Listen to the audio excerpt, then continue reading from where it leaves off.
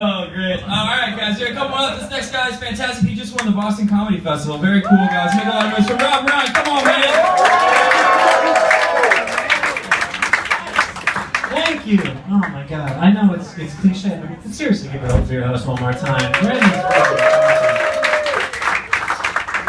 you. I'm very happy. I'll tell you a little about myself, guys. I actually don't drink alcohol myself, which is always kind of a weird thing to admit to a group of people, because nobody likes that. Nobody has ever... People love when you quit drinking. They go crazy for that. If I got out here and I was like, hey man, sober 10 years, everyone's like, ooh, rock on, you're the man, so brave. I get out here and I'm like, hey, I never drink. Everyone's like, pussy, I don't understand you. You drink and then quit so I can respect you. Yeah, too. My mom was an alcoholic. That's always my little get out of jail free pass. And she tried hard too. She went through the 12 steps to stop drinking. Apparently not one of those steps is stop drinking. Did you guys know that? That's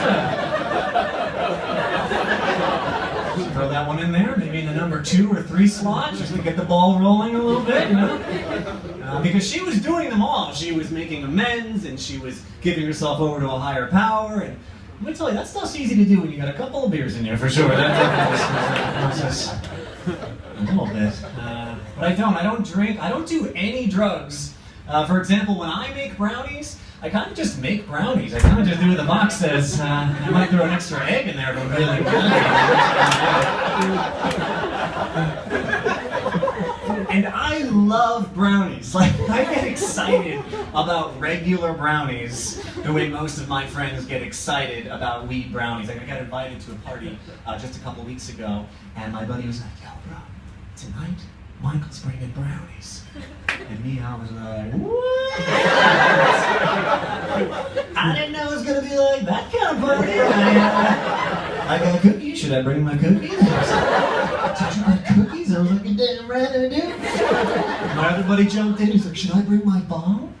Well, slightly off topic. But, yeah, dude, it's a party. I don't want to judge you. It's just... We're trying to have a conversation about desserts, if you don't mind. It was a good party. It's interesting spending your whole life sober. Mostly, I just remember all of my mistakes vividly. That's the big difference there. Whenever I wake up next to a questionable stranger in my bed, I'm always like, yeah, I remember all that. Every step of the way. It's some pretty great lengths to make it happen, as I recall. I wish I could blame this on the alcohol, but this was all me. I've also never drunk dialed. That's a little side effect of not drinking.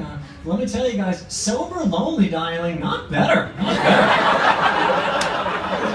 I'm there the whole time for that. Speaking of loneliness, a friend of mine recently got dumped, and I feel terrible for her, and she's so sad, it's still fresh, she's in the sobbing phase. And she's coming to me for moral support, and I'm always saying the wrong thing. She's just like, oh my god, I miss him so much. And I'm just like, what do you miss about him? She's like, I don't even know, it's just good. It's like little things, you know, like we used to bake together, that was like a thing we did. And he'd always like help me out by getting the mixing bowl above the cabinet, that was like his job. And he was always like really good around the apartment, he was always like changing light bulbs and stuff. And during like Christmas time, he'd like get the decorations from the attic, and they'd like decorate, and I don't know, I need a man. And I was like, it sounds like you need a ladder.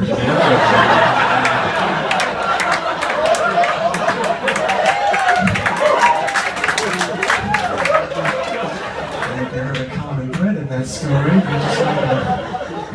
Just like a step stool? I'm so happy to be able to do comedy for you guys. I wanted to do comedy ever since I was like a kid. When I was 15 years old, my earth science teacher, he had us write letters to ourselves in the future. I don't know if you've ever done some kind of like time capsule like thing like this before. He's like, go ahead, take a sheet of paper out, write a letter, address it to yourself, give them to me, and I'm going to mail them back to you in 10 years. Pretty cool. And now I'm 30 now, so no joke, 5 years ago, I got a letter from me. Now, if you ever want to feel like garbage. You read the letter from 15-year-old you. Like, I thought I could do anything under the sun. I had like a lot of high hopes for this guy, and I'm sure I thought I was being motivational, but I was really just being a douche the whole time. I was like, oh dear me, you're probably a millionaire by now. If you're not, you're lazy, you should be working harder, you should have a mansion and a yacht, maybe. And it was so upsetting. I was like tearing up. I wanted to write back. That's what I really wanted. You have no idea what it takes. You're selfish and stupid is what you are. You should be an apology note when you think about it. It's your decision to let me here. This is you. So hard. But it was good. It was like cathartic. I needed it at that point in my life, you know? So good, in fact, as soon as I was done reading, I took another sheet of paper and I wrote another letter to my 35-year-old son. Yeah. Much kinder this time around. I did not want to go through that hell again. I think the whole time I was like, hey, buddy! You're great, man. You do you, YOLO, who cares? I put a 20 in there. I'm like, just for whatever. You earned it. You know you did. Just go to Cold Stone, treat yourself, make it a you day. Why not? And I'm going to keep the tradition alive, too. I feel like with each passing decade, though, it's just going to slowly turn into an anti-suicide note. It's like, don't do it, buddy. I know what you're thinking. Maybe in there another 10 years. You got this.